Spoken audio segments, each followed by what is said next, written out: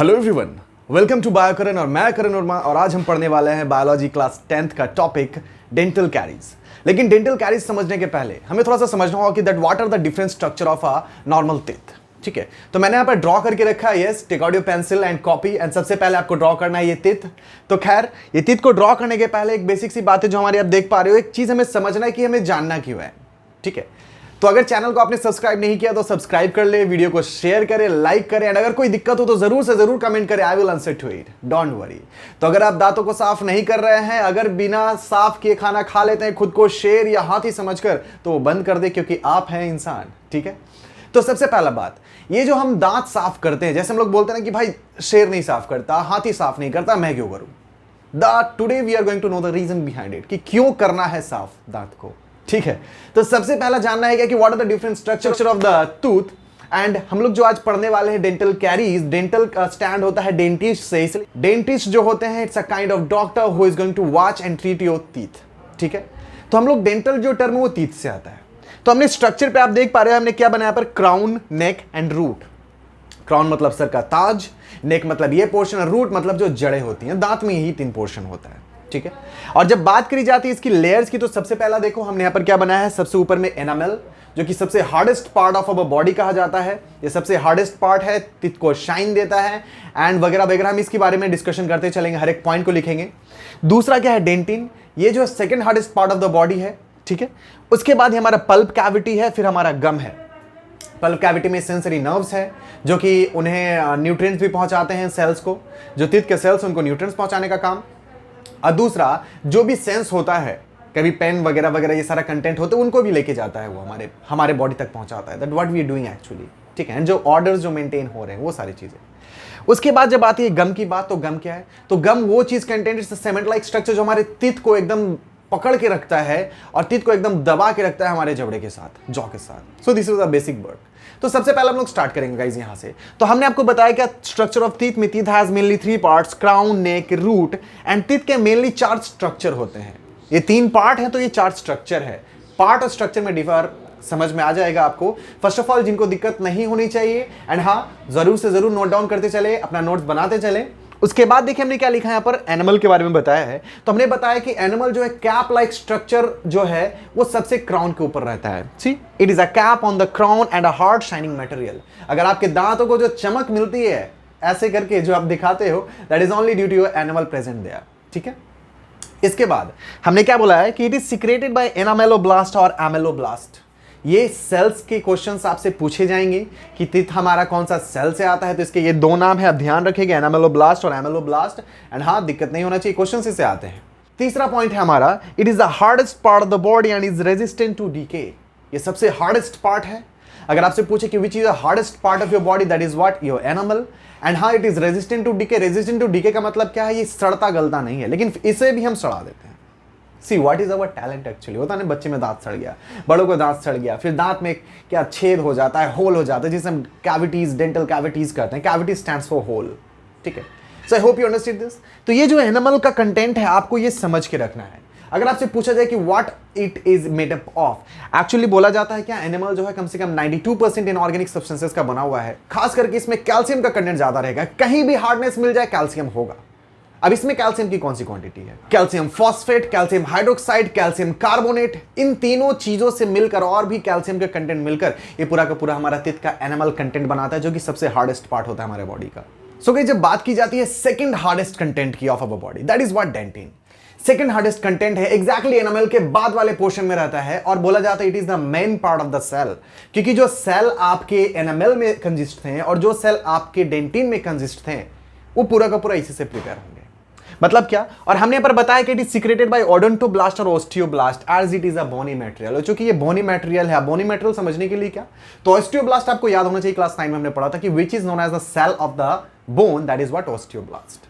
ठीक है, तीसरा पॉइंट हमारा, it is made up of 62 to 69% inorganic substance. ये कम से कम 62 to 69% के इनऑर्गेनिक मटेरियल से बना हुआ रहता है और कहने के सेकंड हार्डेस्ट पार्ट यही बनाता है इसे। इसके बाद है it encloses pulp cavity. Guys, the next point is what, it encloses the pulp cavity. आप देख पा रहे हो कि एग्जैक्टली ये जो पोर्शन आप देखते हैं, हमारा ये जो पोर्शन था, this one is what dentin. ठीक है, तो ये हमारा डेंटिन वाला पोर्शन था और उसके बाद हम क्या देखते हैं, पल्प कैविटी आ जाता है। पल्प कैविटी ज्यादा हार्ड नहीं, टफ नहीं होता, ठीक है। Pulp cavity is a kind of thing what it is consist of gelatinous material, मतलब जेल लाइक कोई कंटेंट होगा, इसमें कुछ मैट्रिक्स प्रिपेयर्ड होंगे और जिसके अंदर नर्व्स रहते हैं, ठीक है। तो देखेंगे pulp cavity is made up of gelatinous connective tissue, from its base blood vessels and nerves enter. ये जो बेस आप देख रहे हो, बेस से क्या एंटर करेगा, तो आपका blood vessels of nerve tissues. ये ब्लड वेजल्स क्या करेंगे, जो ब्लड लेकर आएंगे, अब ब्लड में ऑब्वियस बात है न्यूट्रिएंट्स होगा, ऑक्सीजन भी होगा, तो इसके सेल्स तक पहुंचाएंगे, उनके सेल वर्क करेंगे, तब उनको एनर्जी मिलेगा और वो कंटेंट को प्रिपेयर करते चले जाएंगे, ठीक है। और जो वहां पर उनके पास सेंसरी नर्व्स हैं, वो क्या करते हैं, वो सेंस पहुंचाते हैं। जब आप देखना, अगर आप कोई ठंड चीज खा रहे हो, या फिर अगर मान लेते कि आप कोई चीज ऐसा चीज खा रहे हो जिसमें ना आपके दांत में देखना हल्का हल्का ठंड लगने लगता है, what is that, it sends the message to the brain that yes something is happening over here and you have to do something extra, isn't it? इसके बाद हमारा टॉपिक आ जाता है गम का। तो गम की जब बात आए तो यस, इसका सबसे अहम क्वेश्चन वो है कि गम की एक ही सीधी सी कहानी, गम क्या करता है, चिपकाता है। तो दांत को एकदम एग्जैक्टली चिपका के रखेगा आपके बोनी मटेरियल के साथ, एकदम हिलने भी नहीं देगा, इतना फिक्स्ड रखेगा, टाइटली फिक्स्ड रखेगा, ताकि आप इजिली से उसको प्लग आउट ना कर सको, ठीक है। अब दूसरा क्या, ये किस चीज का बना होता है, तो हाइलोनिक एसिड का बना होता है। गाइस ये जो भी पॉइंट्स मैंने यहाँ पर लिख के रखा है, ये आपके लिए, वीडियो को पॉज करके सारे पॉइंट को लिख ले। हमारा गम में लिखा हुआ it is made up of hyaluronic acid and it is also known as what, periodontal membrane. Third point है हमारा, it makes the teeth tightly fixed to bone so we can not easily pluck it out. ध्यान रहेगा guys, ये जो teeth का portion है इतना है। इसके बाद हम लोग 2 पॉइंट और पढ़ेंगे, डेंटल प्लेग क्या होता है, डेंटल कैरीज क्या होता है। पहले जो सबसे कॉमन बीमारी है दांत नहीं साफ करने की, that is what, dental plague. How does it occur? Dental plague कैसे होता है गाइज, आप क्या करते हो, ब्रश करते हो बट रेगुलर नहीं करते हो, और रेगुलर नहीं करने के कारण क्या होता है, आपके दांत के ऊपर एक येलोइश लेयर जम जाता है। जैसे आपने देखा होगा शिवाजी द बॉस में, वो बोलते हैं कि I like it your yellow teeth, वो जो येलोइश लेयर है वो जम जाता है। तो जमता कैसे, पहले तो ये समझ लें। आपने खाना खाया, प्रॉपरली ब्रश नहीं किया, और आप चपातीज भी खाते हो, आप ऑयल के पूरीज भी खाते हो, बहुत तरह कंटेंट खाते हो, जो कि क्या करता है, आपके दांत के ऊपर चिपक जाता है, और वो स्टिकी मेम्ब्रेन जो चिपका हुआ रह गया और आपने फिर ब्रश नहीं किया। आप इसको जानने के लिए क्या कर सकते हो, जैसे आप ब्रश करोगे ना, just swipe your tongue on the teeth, above the teeth, you will feel a slight, एकदम आपको पूरा क्लीन महसूस होगा। लेकिन अगर वो रुखा महसूस हो रहा है, दैट मीन्स व्हाट, ये कब होता है, रात के वक्त, जब आप सोने जाते हो उसके पहले, मतलब at the end of the day. तो जस्ट इमेजिन, इसीलिए बात बोला जाता है कि रात को भी ब्रश करके हमें सोना चाहिए, ताकि अगर आपने कुछ खाया होगा, क्योंकि आप कार्बोहाइड्रेट लेते हो, हर एक फूड में कार्बोहाइड्रेट है, हर एक फूड में। अगर आपसे पूछा जाए कैसे, अगर आप इमेजिन करो दैट, अगर ऐसे सोचना है आपको, आप क्या करो ना कि आप रोटी को ज्यादा च्यू करो, देखना वो मीठा लगने लगेगा, because it does contain carbohydrate. कैसे, क्योंकि कहां से आया, वो प्लांट से आया है ना। अगर आप बोलो कि मीट में भी कार्बोहाइड्रेट रहता है, तो आप जब भी लेते हो तो that starch changes into sugar. तो दिस प्रूव्स दैट कि each and every kind of food does contain what, carbohydrate. तो आपने स्टार्च को लिया, starch with the help of saliva get broken down into glucose, लेकिन वो आप ब्रश नहीं किया और टीथ के ऊपर एक लेयर जम गया। लेयर जमने के कारण कभी कभी क्या होता है, कुछ बैक्टीरियाज भी उस पर रहना चालू कर देते हैं, because it does contain what, glucose in it ना। और ग्लूकोज है तो क्या करेगा, उसके बीच में बैक्टीरिया बैठ जाएगा। अब बैक्टीरिया बैठ जाएगा, it makes the whole layer yellowish in colour, ठीक है। एंड आस्ते आस्ते वो क्या करेगा, आपके पूरे के पूरे दांत में वो कैविटीज प्रिपेयर करना चालू कर देगा, होल प्रिपेयर करना चालू कर देगा, ठीक है। और उस बीमारी को जिसमें होल प्रिपेयर करना चालू हो जाता है उसे हम क्या कहते हैं, dental caries. Dental stands for tooth, caries stands for decay, मतलब दांत का सड़ना is known as what, dental caries. Dental caries क्या है, ये बेसिकली प्रीमोलर्स या मोलर्स में होता है। जब कभी भी दो दांतों के बीच में देखिएगा, आप कभी भी चिकन खाओ, कुछ भी खाओ, दो दांतों के बीच में फंस जाता है, और सुबह आप उसे साफ करते हो, तो फिर वो जब आप रात भर रह जाता है ना, तो वो क्या करता है, स्वेल कर जाता है, वाटर उसमें हमेशा जाते के कारण वो स्वेल कर जाता है और अल्टीमेटली वो छूट जाता है। लेकिन अगर आपने नहीं छोड़ाया हो और वो दांत के बीच में अटका ही रह गया, तो क्या करेगा, और दांत के बीच में जो कंटेंट आपका फंस जाता है उस पर एसिडोजेनिक बैक्टीरियाज बैठते हैं और उन्हें एरोबिक डिकम्पोजिशन कैरी आउट करते हैं, मतलब with the help of oxygen they will what, start decomposing the content, ठीक है। और फिर आस्ते आस्ते क्या होगा, वो जो एसिड प्रिपेयर करते हैं, तो जो हमारा टीथ का कैल्शियम है वो उसके साथ रिएक्ट करना चालू करता है, क्योंकि हमारा टीथ किस चीज का बना हुआ, कैल्शियम का। कैल्शियम पे जैसे रिएक्ट करना चालू करेगा तो कैल्शियम एबॉलिश होना चालू हो जाएगा, दैट इज व्हाट, डीकैल्सिफिकेशन। हमारी टीथ की जो कैल्शियम की कंटेंट है वो डीकैल्सिफिकेशन होने के कारण कैल्शियम उसका हटते चला जाएगा, it will start abolishing and ultimately will prepare a what, a hole. और मैं बता दूं कि जैसे यहां पर एक होल प्रिपेयर हो जाएगा, ठीक है, now what will happen, if any kind of thing you're eating up, अगर आप कोई भी चीज़ खा रहे हो, ठीक है, if you are chewing up, या फिर वो जो बैक्टीरिया जो एसिड प्रिपेयर कर रहे थे वास्तव में होल प्रिपेयर करते करते करते करते कहाँ आ जाएंगे, आपके पल्प कैविटी तक, ठीक है, पल्प कैविटी तक आ जाएंगे। Now what will ultimately happen, whatever the content they are having वो जाएगा कहाँ पर, आपके पल्प कैविटी के पास। और इसके पास आपके पास क्या है, देखिए हमने भी बताया था आपको, ब्लड वेजल्स और नर्व भी हैं। तो वो क्या करेगा, सेंस करेगा और आपको सीवियर पेन होगा।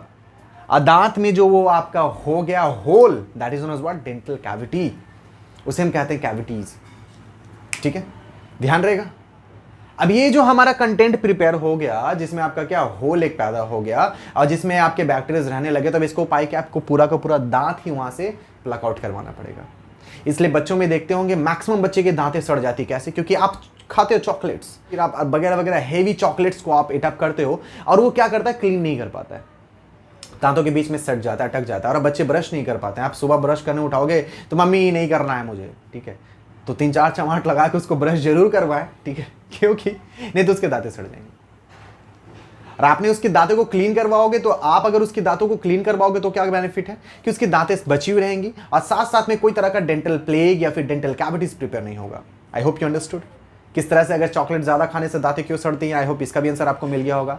अगर दांतों के बीच में खाना अटक जाए तो क्या करना है, उसका भी आंसर मिल गया होगा। आपको ब्रश क्यों करना है, इसका भी आंसर मिल गया होगा। So the result this at the end of the video, and I hope कि गाइज अब आपकी इस चैप्टर में न्यूट्रिशन जो टॉपिक है आपका लाइफ प्रोसेस का, उसमें कोई दिक्कत नहीं होगा। I am guaranteeing you.